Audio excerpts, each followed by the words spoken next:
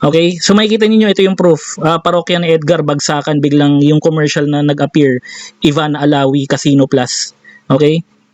Hello, Casino Plus fan, Ivan. Play lang natin guys para lang i-digest natin kung gaano sila kumikita ng limpak-limpak na salapi habang tayo nagtatrabaho tayo ng marangal, nagbabayad ng tax, patas tayo lumaban, hindi naman makatuwiran yung sahod natin. Ana Alawi po, your newest brand ambassador. Excited na excited ako makisaya, makilaro, at maghatid ng swerte. Kaya tara! Swerte talaga ba?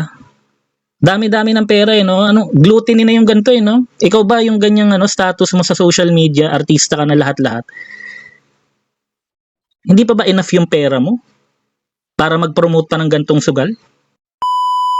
Okay guys, yes, si Ivan Alawi yung point of discussion ng video na to about online gambling Casino Plus, okay? Now, tatanungin ko kayo, kapag nanonood ba kayo ng YouTube, nagiging curious ba kayo na i-click yung mga additional information sa mga ads na nakikita ninyo sa YouTube or any other social media platform? Okay, makikita nyo sa example natin dito, dito sa My Ad Center. For some reason, nagpe-play kasi ako ng music in the background, YouTube music. And then nag-pop up itong commercial ni Ivan Alawi. Okay, and yung pinopromote niya is yung Casino Plus na online gambling. Okay, so mainit na mainit itong issue na to. Hindi talaga ako normally nakikisaw-saw dito, pero bilang magulang, medyo napipiko na rin ako sa Pilipinas talaga. Nade-deprive na yung mga matatalinong individual, nade-deprive na yung nagkakaroon na tayo ng inflation, worsening siya, tapos brain drain. Lahat ng mga matatalino umaalis na ng Pilipinas, tapos naiiwan dito yung mga for a lack of better term, yung mga kabulukan. Kaya ano nang mangyayari sa atin ito? Tapos bulok pa yung gobyerno natin. Okay? So makikita niyo ito yung proof. Parokya ni Edgar, bagsakan biglang yung commercial na nag-appear, Ivan Alawi, Casino Plus. Okay? Hello, Casino Plus fan, Ivan. Play lang natin guys para lang i-digest natin kung gaano sila kumikita ng limpak-limpak na salapi habang tayo nagtatrabaho tayo ng marangal, nagbabayad ng tax, patas tayo lumaban, hindi naman makatuwiran yung sahod natin. Ana Alawi po, your newest brand ambassador. Excited na excited ako makisaya, makilaro, at maghatid ng swerte. Kaya tara! Swerte talaga ba? Dami-dami ng pera no? Gluttony na yung ganito no? Ikaw ba yung ganyang status mo sa social media, artista ka na lahat-lahat? Hindi pa ba enough yung pera mo para mag-promote pa ng gantong sugal? Samahan niyo ako. Let's enjoy the moment, but stay in control, game responsibly. Stay in control, game responsibly. Nagpaalala ka pa. Bayad ka naman. Ayan. Ayan kapag ka-clinic nyo kasi yung yung more details dito sa ads. Nawala na siya. Pay all. Pay later with... Nawala na siya, pero ko siya, na screenshot ko naman, so okay lang yan. So ito yung screenshot natin guys, ayan. Pagka-clinic mo yung more details about this ad, ito yung magpa-pop up. Na-curious lang ako dito, kasi, about this advertiser. Advertiser identified, verified by Google.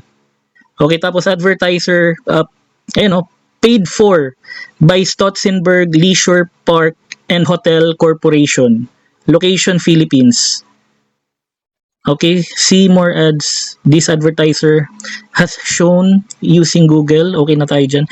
Ang ginawa ko lang naman kasi dito, tinanong ko na lang rin si ChatGPT kung ano yung other information na ma-obtain natin. So ito yung conversation namin. Out of curiosity lang to guys, kaya bigla akong napa-recording dito, pero may mga kakaibang bagay tayong na-uncover. Nakalagay kasi dito, what is Stotzenberg Leisure Park and Hotel Corporation? Legitimate Philippine corporation established in 2004 which operates in the hospitality and gaming industry. Okay, it owns and operates Hotel Stotzenberg located in the Clark Freeport Zone, Pampanga. Ayan, ito yung mga company offers, which included dito yung casino and electronic gaming, Casino Plus gaming services. Okay, why did Google verify them? So sabi ni Google, advertiser identify verified by Google. So verified rin sila by Google aside from legal silang nakakapag-operate dito sa Pilipinas. Okay, sabi dito, this means Google required the advertiser to prove who they are before they could run their ads. Okay, verification typically includes submitting business registration and identity documents. It doesn't mean Google endorses the business. Only the advertiser's identity has been verified. Okay. Are they a real company? Yes. Okay. Evidence. Registered with the Philippine SEC since 2004. So more than 22 years. Okay. Has an official hotel website and operates in Clark, Pampanga. Okay, nag-hire ng mga employee listed by PAGCOR among licensed operators for land-based gaming venues. Okay. Wait, but bakit ang makulit dito may ano pa, nagsanga pa. Why do some people mention Stotzenberg in GCash or Maya complaints? This is where things become interesting. Okay. So guys, stay lang kayo dito sa video natin kasi most of the time kasi yung mga tao yung mga boring na bagay wala silang pakialam, pero ito yung mga unpopular, yung mga hindi pinapansin, ito pa madalas yung mga information na nami-miss out natin para magkaroon tayo ng awareness sa kapaligiran natin or sa mga events na nangyayari sa society natin. Okay, so moving on, over the past couple of years, there have been numerous online reports from users claiming they saw Stotzenberg Leisure Park and Hotel Corporation as the merchant name on transactions. Wow. Oy, guys, medyo medyo out of the top. Medyo nagsanga to bigla. Hindi ko na realize na bibigyan tayo ng gantong input ni ChatGPT AI. So, yung mga reports pala noon about GCash or Maya complaints, yung lumalabas daw na yung mga customers na nagkaroon ng issue sa kanilang GCash or Maya, yung lumalabas na merchant, Stotzenberg Leisure Park and Hotel Corporation. So sa GCash, ShopeePay and other digital wallets. So unauthorized charges, malamang ito yung kapag ka nag-ano ka kasi 'di ba bago ka makapaglaro ng online gambling, nililink mo yung mobile number mo. So possible na kaya siya na kaya may part dito na nakikita ng mga tao yung Stotzenberg na company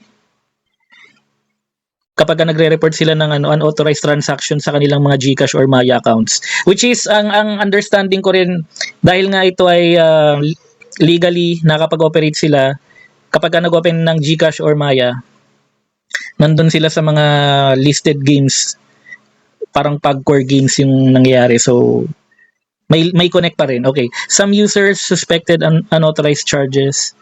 Okay. So if someone sees Stotzenberg on a statement, possibilities include a legitimate hotel or casino payment, a gaming-related payment, an unauthorized transaction made using the person's compromised account, a payment processor using the merchant's name. Okay. Okay na to. Should you trust this ad? Assessment.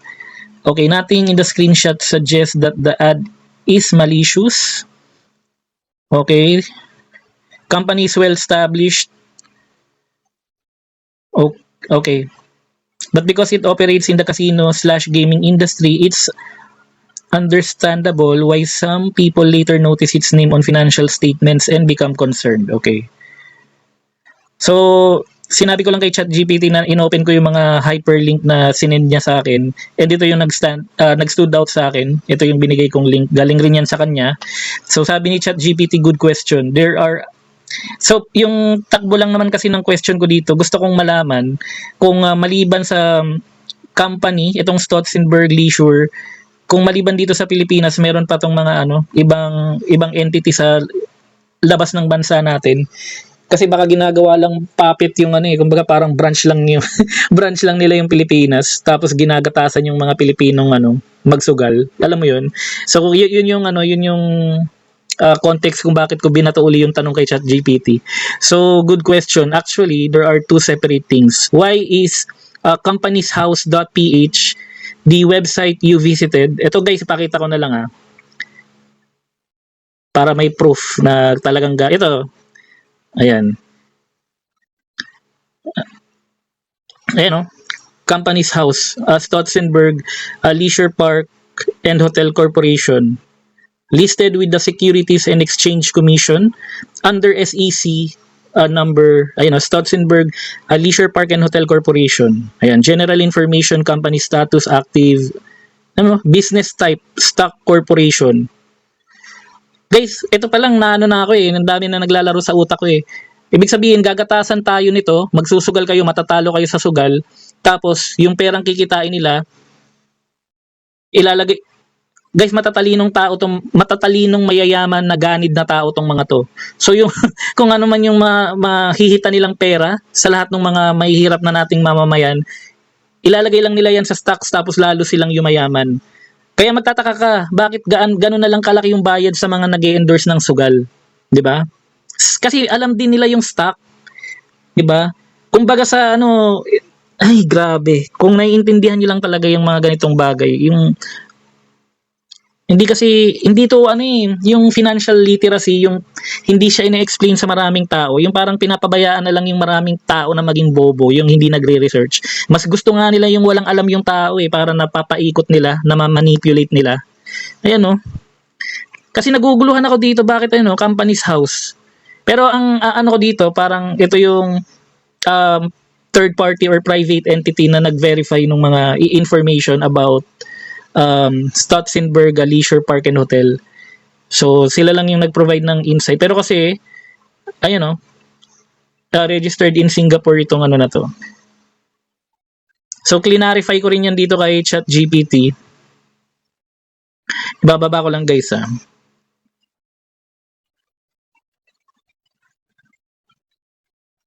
Ayan, ito. Good question. Okay, so what is companieshouse.ph? Not a Philippine government website. It's a private commercial database that aggregates publicly available information about Philippine companies and sells detailed company reports. Okay. So, number 2, does this mean the owners are foreigners? Not necessarily. There is evidence that foreign investors have been involved. Okay, when I look deeper, ito, kulit na ito, I found that in 2016, an Australian Securities Exchange ASX listed company called Frontier Capital Group Limited, FCG, announced that it had acquired 100% of Stotzenberg Leisure Park and Hotel Corporation. This was disclosed in unofficial filings to the Australian Stock Exchange. Tingnan mo, bakit nai-involve yung stock exchange? Ayun yung link ko.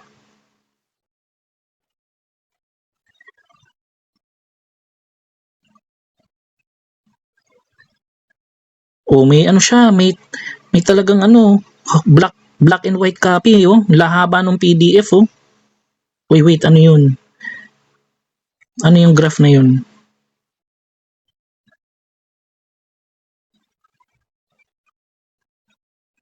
Ayan,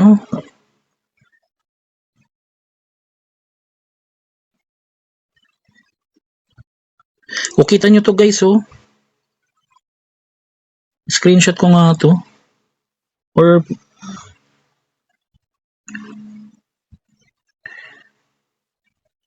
ang dami, puro mga sugal, sa mga may analysis sila dito. Tapos makikita mo Macau, Singapore, Korea, Philippines and Malaysia. Gaming revenue split by player nationality. Local. Kita nyo, local, Chinese and others. Grabe yung Korea,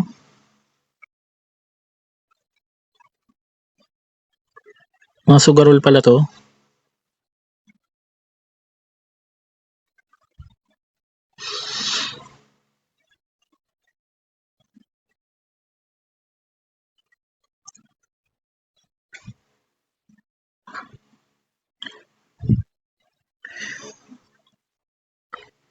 Grabe oh.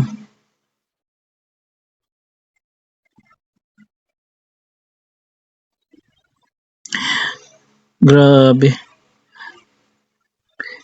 Pwede nyo naman gawin yung ginawa ko para makita nyo tong ano. Or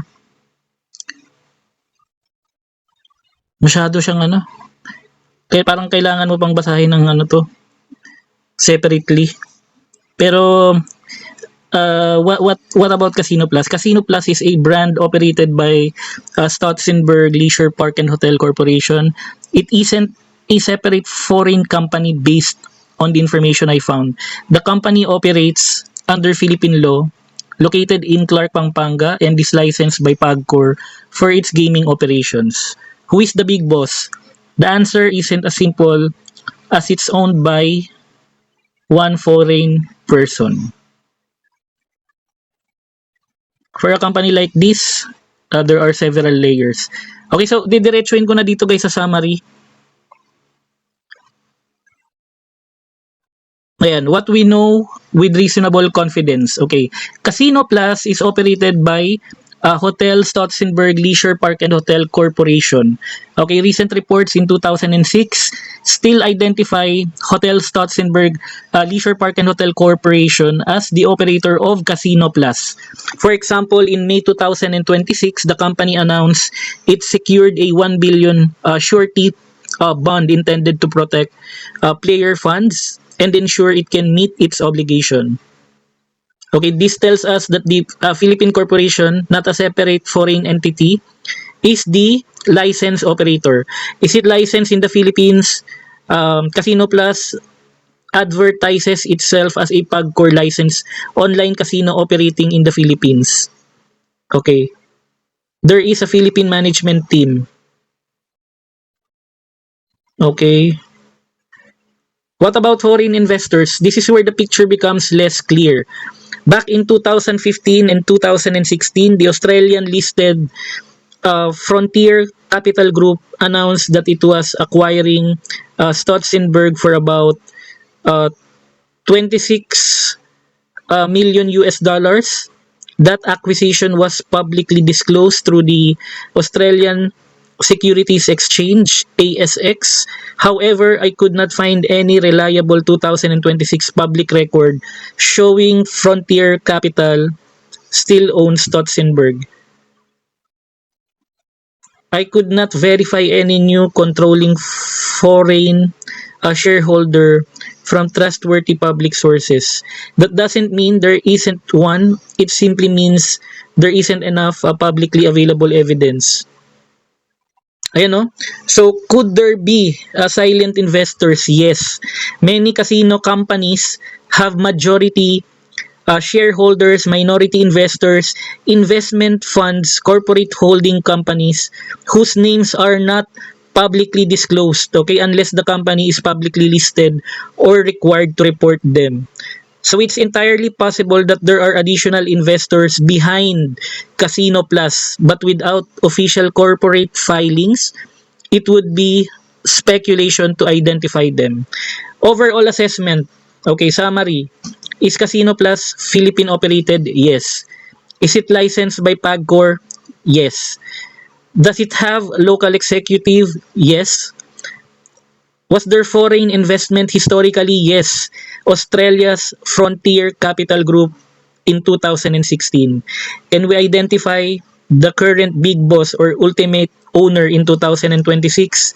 No, not from publicly verifiable information. Okay, so if you're interested from a corporate ownership perspective rather than a gaming perspective, pwede daw niyang i-dig deeper. Pero dito pa lang guys, ang takeaway lang naman natin dito, regardless kung legal man or hindi yung sugal, parehas lang din namang sugal yan. 'Di ba? Pero para sa atin lalong-lalo na sa mga minimum wage yung mga middle class. So parang na tayo, yung parang ginagatasan na lang tayo. Parang hindi na ako honestly talaga hindi na ako proud maging Pilipino. Iniisip ko na lang talaga yung yung para sa pamilya ko. Yun na lang yung medyo hindi medyo talagang concerned rin ako kasi habang tumatanda rin tayo. So paano kaya yun kung hindi naman ganun kalaki rin yung savings mo? Paano yun kapag tumanda ka? Tapos wala akong yung sense of reassurance sa direction ng bansa natin unless mapalitan tayo ng yung for some miraculous reason mapalitan lahat ng mga bulok sa gobyerno natin ng matitino. Sana nga yung mga Gen Z na yung pumalit, yung mga bagong generation. Sawang-sawa na ako sa trapo at kulay. Yun lang naman. Kayo nang bahala, humusga, basta shinare ko lang yung mga information na kailangan, na feeling ko gusto ko siyang i-share for para ma-raise yung awareness, lalong-lalo na ng mga kabataan. Baka bata pa lang nalululong na sa sugal.